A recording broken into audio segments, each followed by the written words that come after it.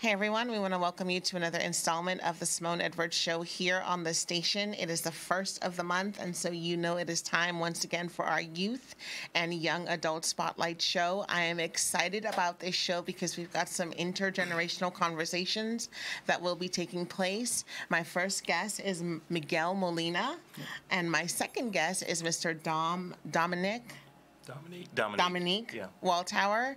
And so we're going to be talking about community engagement. We're going to talk about the discussion between the two generations and how we can bridge the gap, what we can do in the community. But before we jump off into the deep end, you know what we like to do here? We're going to get to know them. So my first question for you guys, and we'll start with Miguel, and we'll go this way, and then we'll just bounce back and forth. My first question is, what was your best mic drop moment, whether this year or last year or in your life? For me, my best mic drop moment, I think it was a year ago or so. Mm-hmm. I went to this Farm Bill Forum in Encinitas, and there was this panel of professionals, and they were asking the audience and other professionals, how can we create relationships with the Mexican ethnic community so we can bring back more agricultural labor back to the fields? And so everybody was, thinking of this question, and I had something important that I had to say, so I stood up, I asked for the microphone, and I said, many agricultural laborers and many immigrants that work in these fields, they are exploited of their labor. They're promised that they're going to be paid a certain amount of money, but at the end of the week, they're not paid that money.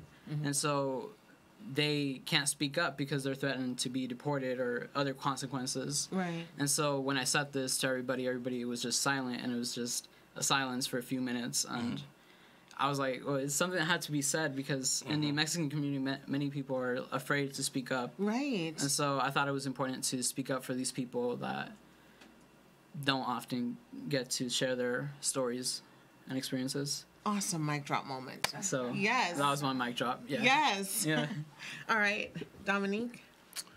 I'm going to go in a different direction. I was 10 years old, and I beat my brother in a video game. And I dropped the mic on. I dropped the controller. I was like, yes. 'Cause he had beat my butt so many times. And I'll never forget that moment. The game it was Defender. That is a trophy moment.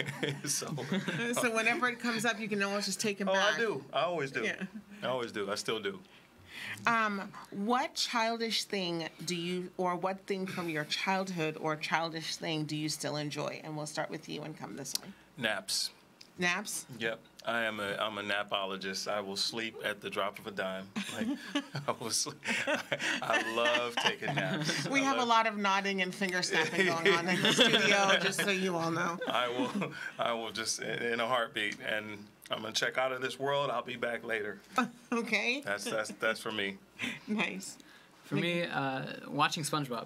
Oh yeah. SpongeBob just never gets old. It's something That's that true. you're always gonna watch, and he's really funny. So yeah. Okay. All right. I like that. What long shot have you taken that really paid off? Okay. I was in 8th grade, going to this middle school, and a lot of my classmates sort of did drugs and weren't paying attention in school, and so when I graduated from that middle school, we all had this set route that we would all take. We would all go to the same high school, and I realized, this is I wanted to meet new people, meet new people with different ideas. Right. And so I went away from my community.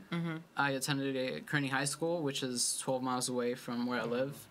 And that exposed me to so many other different ideas. Everybody there was so concentrated in good grades and, focused on making the world a better place. Right. And so that was a long shot that I took, and it really paid off because that school allowed me to take Mesa College classes when I was in my sophomore year. Right. And now I graduated early. I graduated in January. Congratulations. Thank you. And I'm a full-time student at San Diego Mesa College. And, I wouldn't be able to do that if I didn't take that long shot. I love it. I absolutely love it. And it's funny because you triggered a memory for me. The same thing happened for me with high school and college. It was kind of, I was in Houston, and the schools that everyone went to from my school was kind of like UT, A&M, Baylor, SMU. That was kind of like where everyone would be farmed out to. Right. And I was kind of like, I don't really want more high school. And so I chose this small Christian college up in East Texas. And from East Texas, I came out to California and have been here ever since. And I think if I had not made that decision, I would have just kind of stayed in what was familiar rather than branch out, and the opportunities that it created for me. So I can't wait to see what happens in your future because of that long shot. That is awesome. Yes. It was really rough because going to that school, I didn't really know anybody because nobody from my middle school went there except for a few friends, which I'm really thankful of. Yeah. But yeah, it was difficult, but I made it through. That is awesome. Yeah. So what's the long shot for you that has paid off? I would have to say making it out of some long-standing negative family dynamics. Okay. And, we grew up in San Diego, Southeast San Diego, all the things that comes with that. I mean, if it's gangs, violence, if it's drugs, all of those things. Right. And so growing up in that environment and seeing that, it's a long shot to make it out of it. Right. I mean, to get out of that, the poverty cycle, that was a long shot for me I can't even say where it came from, but the desire to actually dream outside of that box was a long shot for me. And I ended up earning a scholarship, went to college, graduated, got a degree, had some really great experiences throughout my life on that journey. But I see that was a long shot, for me. No, that's really good because a friend and I were discussing this. Like, family dynamics can be really hard to break out of. Yes. It's like you become accustomed to playing your roles if you're this person. And so we talk about, we were discussing how, and for lack of a better word, I'm just going to use Pookie, right? Okay. So Pookie is whether the middle child or the baby and goes off to college, and now their cognitive horizons are expanded and they've met other people and they're doing other things, but they come back home and they're still expected to play that role and to play that part and to break out of it and to say, no, I'm not that person anymore, without being accused of being different or you've changed in a negative connotation. Yeah. And so that takes a lot of courage and a lot of guts to be like, I'm not going to do that. Yeah. And to really kind of, for a season, stand by yourself. That's what it was. It was exactly what you described. Because when I did come back from school, it was exactly like that. Right. The family dynamics were still the same. The drugs, the violence, in and out of jail. It was just still. We were and it's not a negative thing against my family. It's just where we were at the time. But I just remember I can't be a part of that. And I've had my struggles along the way as well. But it was always okay. I have to keep pushing. I have to keep showing up to class. I have to do what I need to do to make it out of this. And then when I would come back home, I really didn't have things in common with some of my friends or even some of my family. I couldn't participate anymore. And that was a separation, and it was almost, in some instances, it was like a death. Right. To a relationship. Like, it's like, we're not the same. My brother, we were close, and then when I came back, it's like different things, and I didn't couldn't. But now we're on a page now, we're on a good page now. But you spoke about is exactly what happened. And it's a willingness to destroy the status quo. Right. And to go against it and say, I know this is the pattern. The pattern is poison just because it's what's going to make everybody comfortable. Yeah. Like, it's wrong. Yeah. And a lot of times when you are the status quo breaker, you go through a season of isolation and you go through a season of loneliness. But what happens in that, if we allow God to use us in whatever capacity, you become like, I think of like a semi-truck. that's going by on the freeway. When that thing flies by, Oh, yeah. you feel the drag, and it's kind of like if you're too close, you might get pulled behind. Yeah. But what you do is you open up pathways for other people to realize I don't have to keep repeating the same patterns, and I don't have to stay in the same place where I'm stuck, because if they did it, if Miguel did it, if Dom did it, and they broke out and they changed their lives and they're doing better, I don't have to keep accepting the status quo. Yeah. So on my card, on my business card, on the back of my business card is my favorite quote. And that quote is, "You've been assigned this mountain to show others it can be moved." Listen. Yes, Wow, I like that. And it goes right to what you're saying. Like, Yeah. that truck, that's us. Like, there you go. Right. But thumbs up to that. Yeah, it is not easy being a trailblazer. It is not as glamorous or as sexy as Hollywood movies will make it out to be, because to be the trailblazer, you're the person with the machete walking through, but behind you, you're leaving a pathway for other people to follow and go, oh, yeah, I wanted to get off the beaten path, Right. because I don't want to keep doing that. Oh, there's a trail over there. I think I'm going to walk that. Excellent. Loved it. What 3 events have made the biggest impact on who you are today? 3 events. Okay. One of them was a few years ago.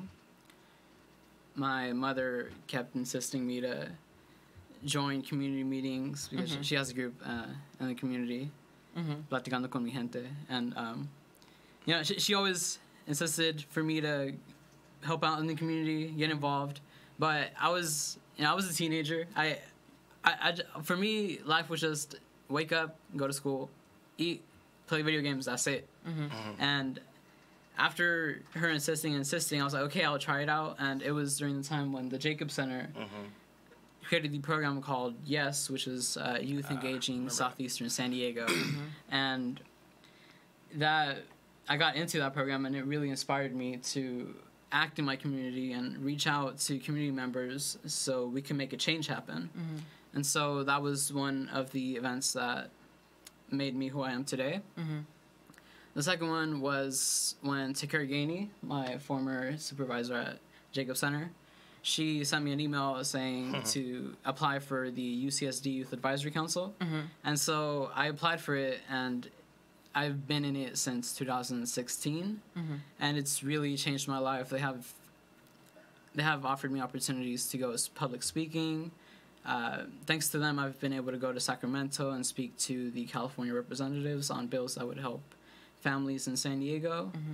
And if it wasn't for them, I wouldn't be here talking with you guys. Right. Yeah, and the third one was making that shift from my community to Kearney High School. Right. New expectations. Again, my friends really helped me. Jose, Oriana. They were always supportive, and whenever I offered them an idea, they would always help me out and support me. I love it. Now, how old were you when you started? When I started, I believe I was 16. How old are you now? 17. No, I was 15. Now I'm 17, yeah. Wow. I cannot wait to see who you are, like 5 years, 10 years from now. That's incredible. Mayor. I know, right? San Diego's new mayor in the making. You heard it here first on the Simone show. What about you? I have to say that first there was, during my childhood, there was a lot of things that happened, but, my family there were bits and pieces that I took from every one of my family members, and they all played a role in my life. And so that was the first significant event, just being around my family and seeing, even in spite of whatever circumstance it was, there was still love, and I remember that. That was the main thing that I remember, actually. So that was one of the first things that impacted me. The second thing was being able to get a scholarship and go off to a university and live that college life, which I never even imagined. I didn't even sign up for. Right. I just was. It's like, wow, this is what it is, and that was a very significant thing for me. The other one is going to be a little unorthodox, but it was actually a divorce. Really? It was a divorce. Yeah. And How so? It was a divorce, and I didn't think there was life after that, and there was a lot of healing that I had to do. I had to deal with some men issues, some of my man issues, so I had to take some time to go and do that, and I went and did that, and I discovered a new me. Right. That was not there during my marriage or even before, and it was just something that was really. It's a negative, very hurtful situation, a circumstance when you think of divorce. Right. But once it happened, realizing that, my life's not over. Right. Now I get to create and paint the picture that I would like to see. Right. And so that was probably one of the most, one of the most unexpected things. I didn't expect life to come out of that, right. Sort of life to come out of ashes. Right. But it's just really, really opened up a different me. My ex-wife, we have a cordial relationship. We're not, mad at each other. We co-parent our kids. That's awesome. We still deal with normal stuff. Hey, you're going to buy the shoes? No, I'm not buying them. You buy them. Right. That type of normal stuff. But right. it's not, it's not a negative thing. But that was a significant thing, and it opened me up to heal and then to grow. That is fantastic. And that you took the opportunity to heal, because sometimes the opportunity can be there to heal, but it's not taken. And when it's not taken, it can create this other world. Yeah. Right? I took 2 years about 2 years where I didn't date. I just had to heal. Right. And I had to, just deal with myself. I went out and sought help. I got help from people. I got connected to other people who have been in similar circumstances, and some people walked me through this and said, "This is how you, this is how you, this is how you do this." Because that was it. Like I said, it could have been a devastating thing. Right. But I said, "Okay, wait a minute. What can we do, with this?" Right. And it changed. It took a different trajectory, which worked out. That's incredible. And just based on my faith, one of the things that God promises to his people is that he will give beauty for ashes. And a lot of times we just have to be willing to accept the offer and take the walk to get the beauty out of the ash.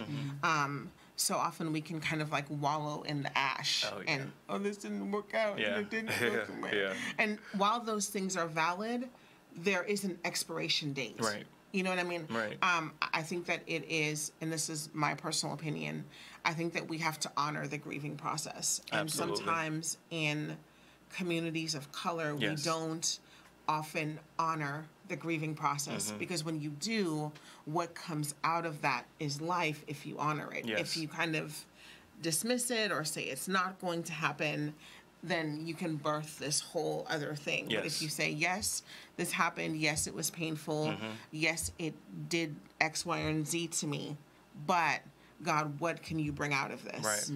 What's the direction for me to go in? Right. And so what I want to leave before we go to break, along the lines of things that make an impact, Shonda Rhimes wrote a book called Year of Yes, and there's a movie, and although it's meant to be comedic, there's a movie that Jim Carrey did called Yes Man. Yes. And it made an impact on me because what it did was, of course, removing anything perverse or illegal from the table. It's the whole idea of when life presents you an opportunity, say yes and see where the road takes you. You know what I mean? Just say yes. And I love the fact that the two things that you have shown that I've heard from the both of you is a willingness to say yes and a willingness to go beyond the status quo and to really blaze a new trail and the results of that. I am way over my time, but you guys know that I do that. So we're going to take a break and we'll be back in just a moment.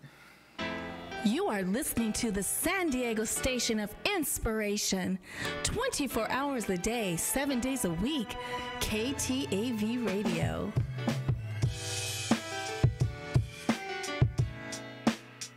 For more information on how you can advertise your business, event, or services, please visit us online at ktav.tv or call 619-246-6131. We are also offering 30 and 60-minute time slots for your ministry or podcast. For more information on how you can become a part of KTAV Station of Inspiration lineup, please call 619-246-6131 or visit us online at ktav.tv/ministry.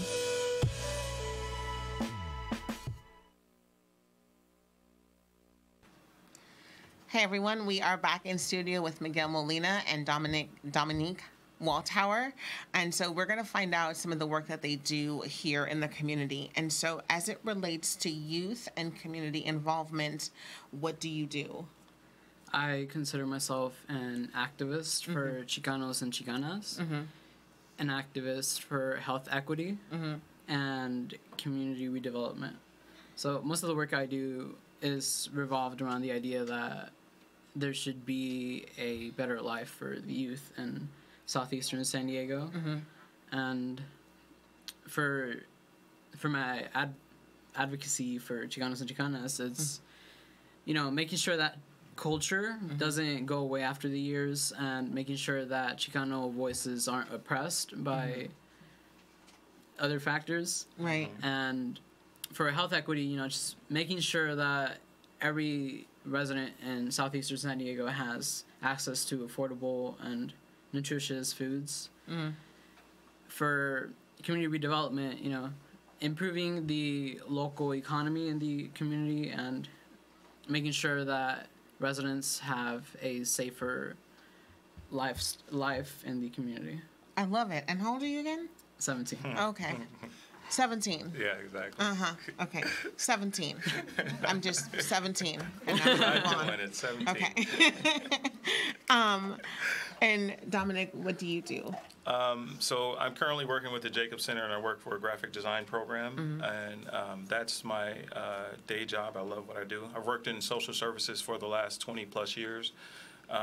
Worked in probation. I was a social worker. I was worked in drug treatment, dropout prevention for the high school district, job coach, you name it. And in the arena of people, I've had some sort of tie to it.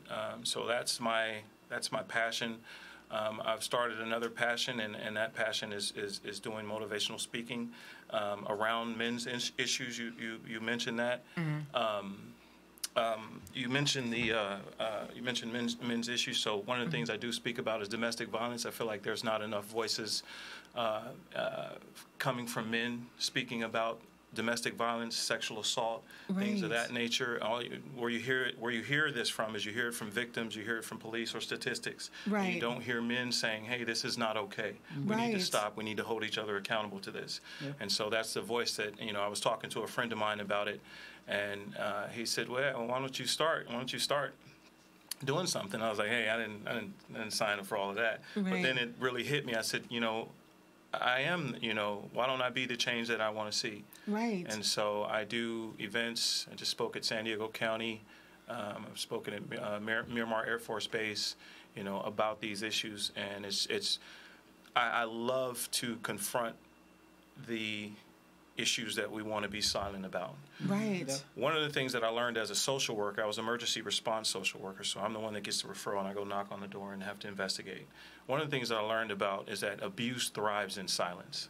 It thrives. Like, it loves the fact that no one will say anything. Right. And so that's part of what's driven me to go out and speak. And I tell my own story because I have my own personal stories and I share myself and what I've gone through, what I've done as well. I share that because it's important for people to see that, okay, hey, someone, you did make some mistakes, you did mess up, but that's not the end of me. And so that to me is that is really something that I'm passionate about, is going back and making sure that these conversations are happening now. Like, okay, someone is thinking about, hey, my behavior as a man or a woman, as far as healthy relationship dynamics. That is awesome. So I'm going to start with you and come back this way. And you touched on it a little bit. How did you get started in your social work and working with youth advocacy, the program you're doing? And then you even touched on what you're doing with men, which I cannot say enough in this current climate that we find ourselves in, it is so important for men of both generations to speak up and to be the voice to say, this is what's acceptable for a man to do, and this is what is not acceptable for a man to do. And it needs to come from your own gender. So that was my sidebar. I'm back. So, I'm sorry. How did you get started? How I got started, I actually stumbled into this field. Okay. I needed a job in college, and someone said, "Hey, a group home's hiring." I was like, "What is that? A group home?" And then I just went to the interview. They hired me, and then once I started working with the youth, there were 6 young men in the home. They were on probation. It was just this is it. I said, I don't want to do anything else. And when I started that job, I didn't know where else it would lead me. I just knew I wanted to work with people, and I wanted to stay in contact with people. And so it didn't matter who it was. I worked with skinheads, gang members. I worked with, people that hated me. I've been cussed out. It doesn't matter to me. Because I'm always considering that's coming from your hurt. You don't even know me, so I'm not even worried about that. Right. So that I started doing that years ago, and it's just led, further and further and further into, different positions. I did leave and go work in the corporate world for 6 months, and then I said, no, this is not for me. So I came back. Months. Yeah, 6 months. I said, this is not for me. It's just, so I came back to my field, and so I like I said, but I've been looking for ways to expand it, and one of the ways is the motivational speaking. That's one way. Another way is I'm also venturing into the personal life coaching, and so because I think having a mentor and having someone that's there for you and that you can connect with on a regular basis is extremely important. And that addresses a lot of the issues that you're talking about. Right. For males and females. If you have someone that you can go to, and you know that you can say anything to that person. Right. And you can say the dirtiest thing, or you can say the most clean, no matter what, you can say what's on you. And they're not going to judge you. They're just going to help walk you through it. Right. That is priceless. Right. And so that's why that's another arena that I'm going into. Excellent. How did you get started? I got started with the YES program. Well, first with my mother. It's this thing to get out there and get into the community, help out. Then it was the YES program that opened up my mind. I was like, hey, helping out my community is something that I really want to do. I love it. And so then with the UCSD Youth Advisory Council, that opened up my mind to all the issues that are going on in communities and that they're not being spoken of. Yeah. Right. And so, somebody has to speak up, and there has to be groups that inspire that there has to be a movement, for better. And so that's right. And then right now I'm currently speaking to some residents of Barrio Logan just to get an idea of the Chicano culture and like what's wrong in the Chicano communities, what needs to be spoken of. And whenever I have a chance like this one to speak up and broadcast my voice, I make sure to include those stories and make sure that the idea gets across that youth need to get their message out, they need to act, and that adults need to listen and offer opportunities for youth to make changes. I love it. So I'm actually going to be obedient this time around and follow the guidelines because we're going to get into the meat of the matter. And when we come back, we're going to discuss when it comes to the work that's being done for underrepresented communities, what are we, the people in and outside of the community, doing wrong? What are we doing right? And then we're going to have an intergenerational discussion and really hear the voice of both generations and what they can do to connect with one another. We'll be back in just a moment. You are listening to the San Diego station of inspiration. 24 hours a day, 7 days a week. KTAV Radio. For more information on how you can advertise your business, event, or services, please visit us online at ktav.tv or call 619-246-6131. We are also offering 30 and 60-minute time slots for your ministry or podcast. For more information on how you can become a part of KTAV's Station of Inspiration lineup, please call 619-246-6131. 6131 or visit us online at ktav.tv/ministry.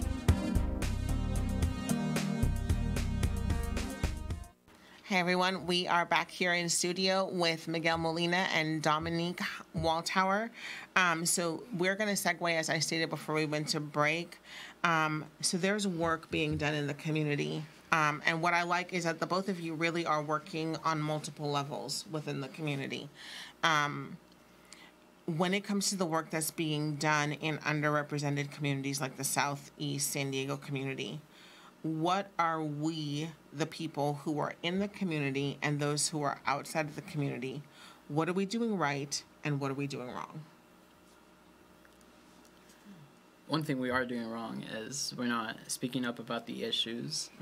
And I mean, when I was younger, I grew up in the community of Valencia Park, and broken sidewalks, crime rates, violence was normal for me. I wasn't expecting any better, right? And so when I grew up, I was able to go to other communities, other affluent communities, and they had paved sidewalks. Everything was good. There was nothing wrong about it, and so that made me realize that there has to be a change in my community. And so, what was the question? What are we doing right and what are we doing wrong? Right. So one thing we're doing wrong, we're not speaking up about the issues. We see it as normal, and we need to engage the community more. Right. We need to be part of those programs and groups that want to make the change. We need to support those programs. That's really good. And there is a marked discrepancy between communities that are more affluent versus communities that are economically depressed. And a lot of it really does have to do with the fact that they will speak up and they'll scream a little bit louder. So very good point. Dominique? What we are doing good, something that we're doing well, is that I see it as we do have a voice, and we are sometimes speaking about these issues, but sometimes they're not being listened to. Okay. So we are saying things. We are saying, hey, this is not okay. This is not okay.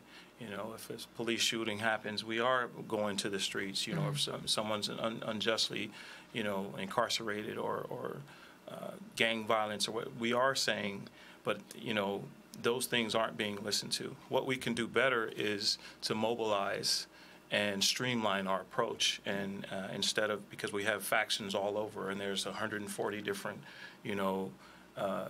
cases. So we want to, I think it would be better if we were able to mobilize, come together, and then have a clear message. Let's work on these 3 things first. Let's go to the next 3, and let's keep going from there.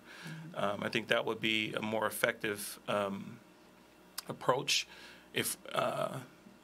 But the main thing is that if we mobilize, when we mobilize, things happen. When we're scattered, that doesn't happen. When the Hispanic community, African American community, Latino,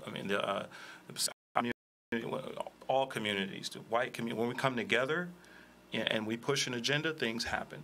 Right.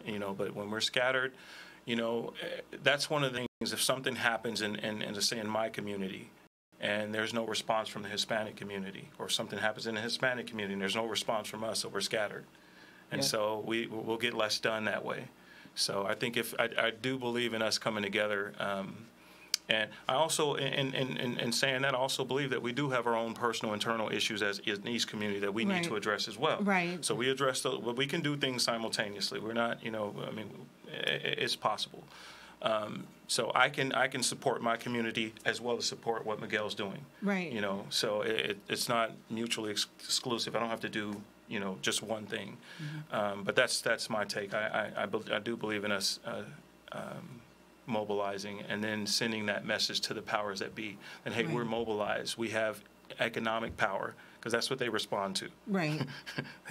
That's pretty much what they respond to. Right. And there is something to be said for communities. It's the communities within the community mentality. And so within Southeast, and communities like Southeast. You'll have the Latino population, you'll have the Black population, you'll have Pacific Islander, and then you'll have a Chaldean community, and you'll have all these different ethnicities, and they all operate in silos. Right. And the whole idea, speaking to what you were saying, is that if we all mobilize and we all come together, rather than these little wildfires that are all scattered all over the place that can be easily put out, when we come together and it's, no, this is the issue that we are going to address. Maybe it doesn't affect me right now, but in some way, if I don't address this, it will affect me. And so if I advocate for you, then there will come a time when you will advocate for me. I think about the quote, I can't remember who said it, but it says, they came for the Jews, but I did nothing because I wasn't a Jew. And then they came for this person, and I did nothing because I wasn't that person. And finally, they came for me, and he said, there's no one for me because all the other people ahead of me have fought for me. So I the whole idea of coming together, which transitions into what can we do for, and I'm going to speak specifically to because you're both here and you represent your communities in different ways. What can we do to build bridges rather than barriers between the Black and Brown community?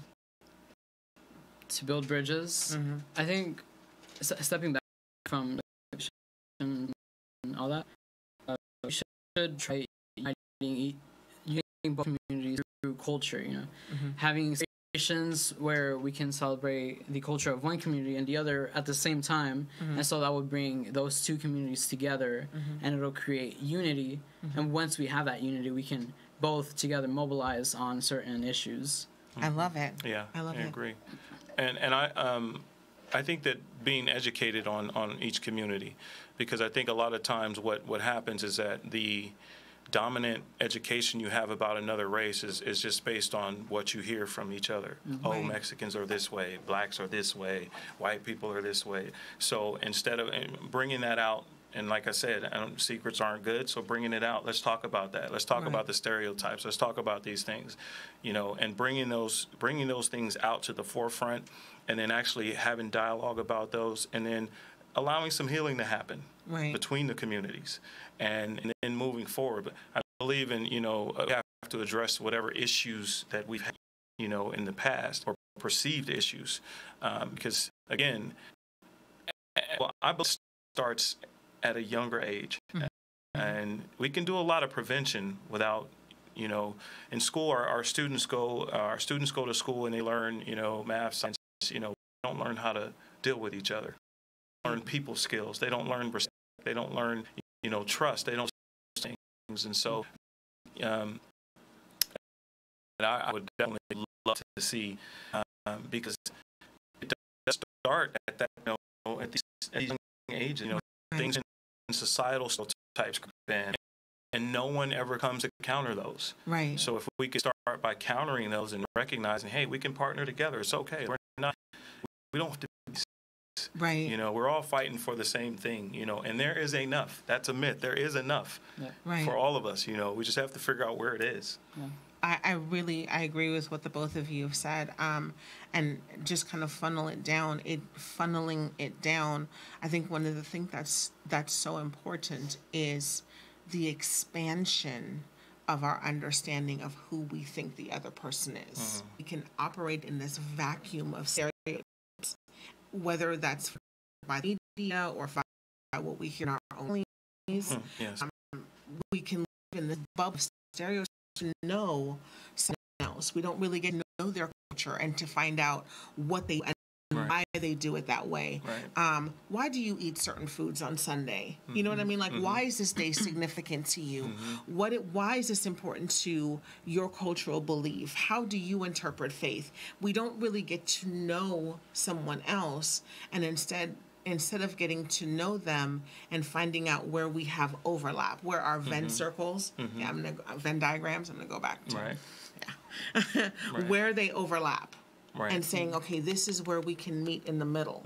And I can appreciate the things that we have in common, but I can also very much appreciate your differences. Yeah. And maybe you can teach me your language and I can teach you mine. Right. And when we start to see that we have more in common and we start to see each other as people, then, like you were saying, then we can start the mobilization. Yeah. Then we can start to say, here are the things that we want to address. Right. It's not that your issues aren't important, but maybe the things on your top 3 list doesn't need to be addressed right now because here's something that's more pressing.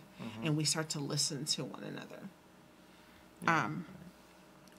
So how do we reach, with that said, how do we reach young men of color? And I want you to speak now. I want you to speak from your own communities. Okay. How do we reach them? How do we reach and get them engaged? And more than education, and more than, yeah, this is what needs to happen, and yeah, that really sucks, and okay, that's great, and we go on about our business. How do you reach them and then get them involved? You want to start? Yeah, I'll say a little bit. So the way we could reach them is by offering more programs and opportunities. Jacob signed with the YES program. There should be more of those, and other organizations that are also other organizations that are trying to solve issues. Bring in the youth, bring in their voices. And growing up as a youth myself, there has always been that oppression by adults, that adults are always right and that youth, their ideas aren't really relevant. And that's a distrust that many of our teenagers today have, and they don't really say it because, again, they feel like their ideas aren't relevant. So we need to make sure that the adults are listening to the youth, and that the youth understand that this is their time to speak up and get involved with the community. I love it. I agree with Miguel as far as having additional programs. And I think that programs should be implemented at each age level, because my program's for 18 to 24. You may be in a program that's 16 to whatever, but what about the 7 to 10-year-olds? What about the, That's a good point. we speak as if they are not experiencing life, and things aren't being formulated in their minds, That's a really at good that point. time. I feel like, between those crucial years of 7 to 12 years old, there's a lot happening right there. And we have an ability to be able to change them into either this way or that way if we have the right resources for them. So being able to engage students where they are at each level, 5 or 6 year old, teaching them about community, teaching them about this is our community, having some ownership in their community. Right. And if young people know that this is our community and you treat it that way, because how you think about a person or a situation is how you're going to treat it. Right. So if you don't have ownership in something, Right. I'm not worried about it. It's not mine. Right. So, and I think that's rampant in our communities, in both of our communities. So I think that it would definitely benefit to be able to reach out to young black boys at a younger age, connect with them, find out what their skills are, and engage them, because the only system that they're engaged in is a school system. Right. And a lot of times the school system turns them away and says, well, you're not worthy because you don't read at this level, or you're not this, or you're not that. Right. And so that's the only system that they're connected to other than their home. Right. And that system from the outside world is telling them something negative. Right. So of course they're going to reject and go the opposite direction. Right. And so if someone can get in and say, hey, well, let me show you how to navigate this system. Right. And let me show you how to, navigate this system, and then the next one, and the next one after that. And then along that way, develop a sense of pride in them and who they are. Right. And don't be ashamed of who you are. Don't be ashamed of where you come from. Oh my gosh, I absolutely love that, and I like the idea of, okay, your reading level may not be here, but you do have other skill sets. Absolutely. You know what I mean? You do have other skill sets. And so, Absolutely. yes, you may be a slow reader, or yes, you may not understand math, or yes, you may not do well in science. Right. But just because you're not doing well in one area does not mean that you toss your entire life out Right. and Right. discount it as though, because I'm bad in this one area, then that means I'm no good for anything else. Right. Right. Absolutely. I learned that, when I worked for the school district and I worked in dropout prevention. So I worked with a lot of students who were on the cusp of falling off the edge. A junior with 6 credits, and we had to figure out how to get them back to, cross that stage. One of the things that really impacted me was just a quote that I saw on the wall of one of the teachers. And it said, if you judge a fish by its ability to climb a tree, it's going to think it's stupid its whole life. Right. And that was just I just said, wow. And, even my students now in my graphic design class, a lot of them didn't do particularly well in school, but they are geniuses in graphic design. Right. So to me, it's about finding out what it is that they, what are they good at? Because I believe everyone is gifted in some way, shape, or form. Right. Each one of us has been assigned a gift. Right. And it's your job to find out what that gift is and use that gift. Right. And so if you're in this arena that's not your gift, and it's like, okay, and that's the only thing you're being judged by, that's not a good situation to be in for any student, boy, girl, black, white, Hispanic, doesn't matter, any student. So I think it's important to engage students and find out their gifts and push them in that direction. And I remind my students now, 18 and 24-year-old, what happened to your dream? Did you ever dream?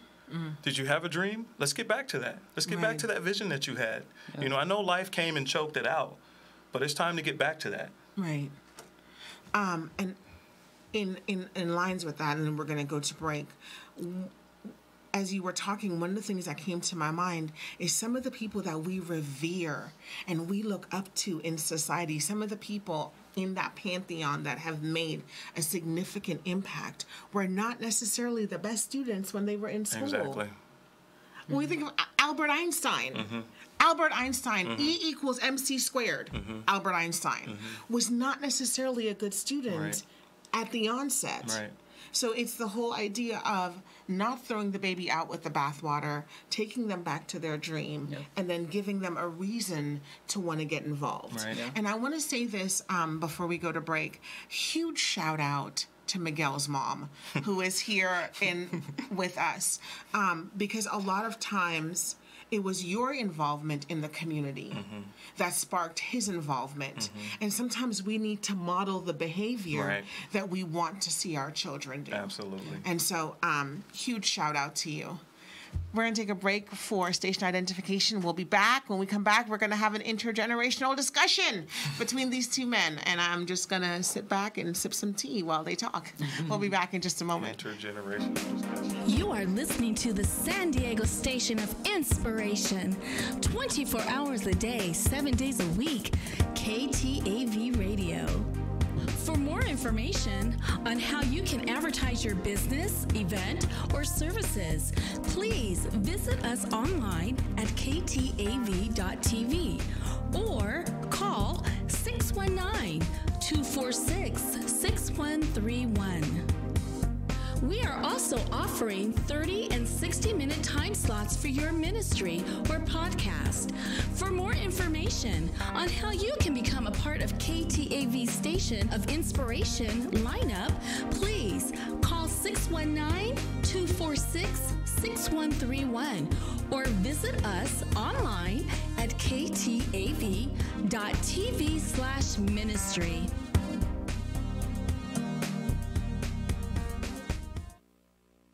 All right, we are back here in studio. We are actually headed towards the top of the hour. We have about 10 to 15 minutes left, and so we want to close out the show with just this discussion. We're not attempting to solve all of the world's problem in this discussion, but hopefully it will spark a discussion that will continue in your own homes. And so, Dom, we're going to start with you. What do you wish Miguel's generation understood about the world, social justice, and change? Miguel's generation, the millennials. I actually don't wish they understood anything. They seem to be doing fine on their own. Okay. I do respect their path, their journey, what they're doing, and I think they are the change makers.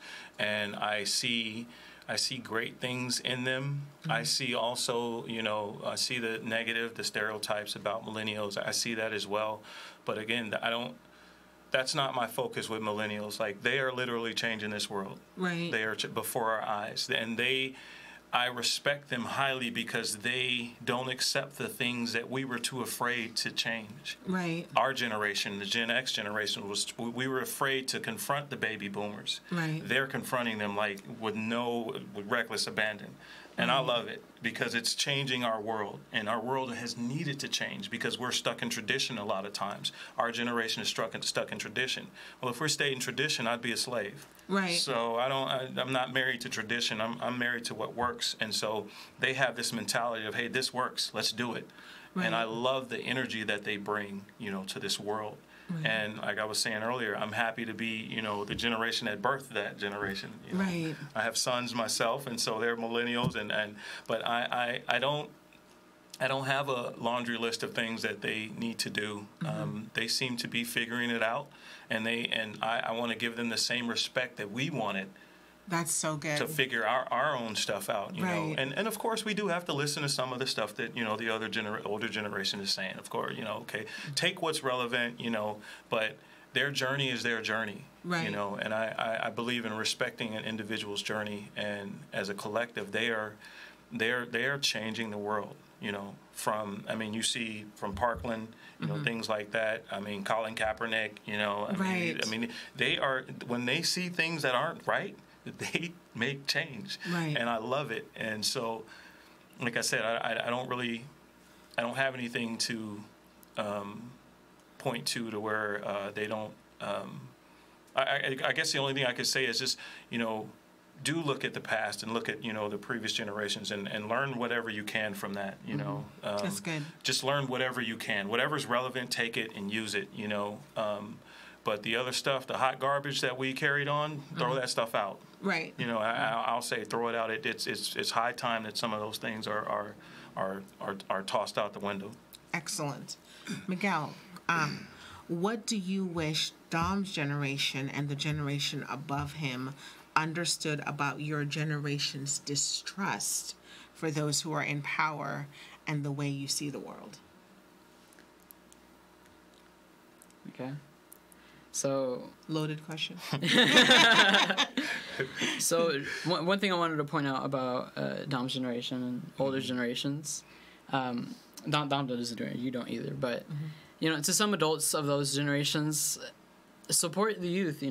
There are some adults who just think adults are always right. Mm-hmm. Why should youth be involved? Mm-hmm. They're just gonna ask for no homework, which is completely irrelevant, but right. The youth have a lot of great ideas, and we need the support from adults, because adults are the ones that are currently in legislation in the government, and mm-hmm. if they were to listen to the youth, they would understand our issues and how we want to fix those issues, and just listen to the youth. Yes, that is so vitally important. And listen to understand, not necessarily listen to respond, because there's a difference. Mm-hmm. Yeah. And one of the things that I want to encourage you, because you had touched on it before, and not just encourage you, but your generation, is that there are adults, myself and Dominique are the witnesses, that there are adults who are willing mm-hmm. to listen mm-hmm. and who are willing to advocate and who are willing to go that next step with you. And so if you find yourself running into people who are not supportive of what you want to do, then just get out of that lane and go and find the people who will support you right. in the work that you're trying to do. Yeah. And to know that it may be in your community and it may not be in your community, mm-hmm. and be willing to branch outside of what you are accustomed to accomplish the goal that you're trying to accomplish. Yeah. Mm-hmm. Yeah. Yeah. No, go ahead. Oh, there was this one program that I started called mm-hmm. the Unified STEAM Cafe, mm-hmm. and that was a program that there would be a team of youth, and they would work on getting a professional from a STEM field, mm-hmm. and they would come to present to talk to youth, and we would facilitate the networking process that goes on between youth and adults. Mm-hmm. Mm-hmm. And I just wanted to give a big thanks to mm-hmm. Leroy Brady. He works at the San Diego City College, and he was the one. He was the person that I talked to. I was like, "Hey, I have this program for the youth. Could you help me get this started? Could you help me get a meeting space somewhere where we could host events?" And he said, "Yeah, we could do it in this area." And I'm really thankful for him. He was an adult who definitely helped me out, and yeah. That is awesome. That is really awesome. And I piggyback on your comment on both of these, is that, you know, for us adults, it is, you know, I'd say that's I challenge us as adults Right. to start listening more. I mean, I have a son, I have my rules, you know, and you know, I'll listen. I will listen. You know, I mean, as a father, I mean, ultimately I make the final decision, but I will give him a voice. And a lot of times he'll come back and he'll say something. I'm like, whoa, you were right. And I'm not afraid to say that to him. Like, you were right about that. Right. You know, because I have in my head, in my adult head, because I have 43 years of life and this is what it is. And he comes back and he'll say, "Hey, Pop, did you think about this?" And I said, "You know what? You're right on that one. I'll give you that one." He's not right all the time. I'm not right all the time. But just the fact that I'm open to give him, you know, all of my sons, to give them the platform. And actually, I need to say, it wasn't like this. This has been an evolution for me as a father. My oldest son, you know, I was more strict. You know, my second son, I loosened up more. Now my 16-year-old I'm really at this place where I'm looking at him and I'm saying, okay, he's growing into a man. Let me allow him to, you know, formulate his ideas. And, you know, that doesn't mean I'm going to co-sign everything. You know, you want to go to a rave till 4 a.m, that's not going to happen. I'm sorry. Like, no. Right. But, I mean, if there's things that you can formulate an argument for, let's go ahead and do that. But I challenge us adults to actually go into their world, talk to them, listen to them. You know, find out what makes them tick. Find out, I mean, do we even know what color our kids like anymore? Right. What do we know about them? Right. What do we truly know about them? You know, because we're stuck in our, you know, our frame of mind, and we forget to love them because, you know, sometimes they make it hard. Right. But that's still our job, you know, as parents to love them. And I'm speaking to myself as well. And I just want to add to what you're saying. One of the things, two things that are very important that I think we need to remember. I'm obviously can't speak as a parent because I'm not one, and that would be arrogant and ignorant. It would just be a Molotov cocktail of disastrous proportions. It really would. But I can speak as an adult who is engaged in my community, and that is 9 times out of 10, people just want to be heard. Yes. You don't necessarily have to come to an agreement. They just want to be heard. They want to know that their voice made an impact and what they had to say matter. And so if I can offer this to parents to consider, if you are the first authority in their life and you strip their voice, then you send them out into a world that is definitely going to suppress their voice, and they are going to be woefully unprepared to speak up for themselves when things are wrong. Right. Because if they can't talk to you and have you listen to them, even if you don't agree, how are they going to fare against another authority figure? How are they going to fare in a classroom? How are they going to speak out against injustices if you don't give them the opportunity to present an idea to you, to even disagree with you in a respectful manner, to disagree with you, and for you to hear them and say, "I heard what you had to say. This is what you had to say. What else do you think about this?" And then, "This is my final decision, and here is why." Because a lot of times when people feel as though they've been heard and there is I don't want to say a logical decision, but there's a conclusion that makes sense, even if there isn't a sense of agreement, but you heard what I had to say. And I appreciate you giving me the opportunity to hear what I had to say. We better equip them to then go out into the world and make change and to replicate that same behavior to other people. And we also open up the channel of dialogue. Right. Because they're more likely to come back and talk. Right. Because, you know, that channel is important. Like, you need to know what's going on we need to know what's happening in your life. Right. Because there are things that they're facing that we didn't have to deal with in my generation. At all. And we can see the disastrous effects of people who don't have an opportunity to voice. And then something happens that's catastrophic, and we're like, oh my God. Where'd that I come never from? saw it coming. Yeah. And it was like, well, maybe the signs were there, but we missed them. Right. Because we were set in our own ways. We want to thank you so much for tuning in. We have come to the end of the road, as Boyz II Men would say. I'm not going to try to sing it this time because, well, that's not my skill set. Me neither. So, Miguel, if someone is listening now or in the future and they want to reach out to you, how can they contact you? You could email me at formiguelmolina@gmail.com. Or, Okay. Yeah.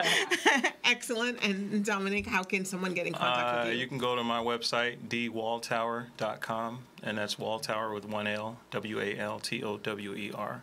dwaltower.com, or you can email me at adwaltower@gmail.com. Excellent. And if you happen to be in the car or you missed that, you can always send the information to the show, and we'll be happy to forward it on. Thank you so much for your time.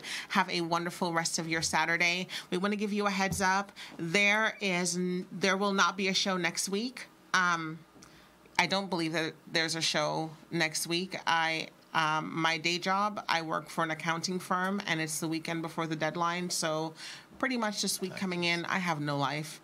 And so there will not be a show next week. Have a happy rest of your Saturday. Thank you for joining us. We'll talk to you next time. Bye. You are listening to the San Diego station of inspiration. 24 hours a day, 7 days a week. KTAV Radio.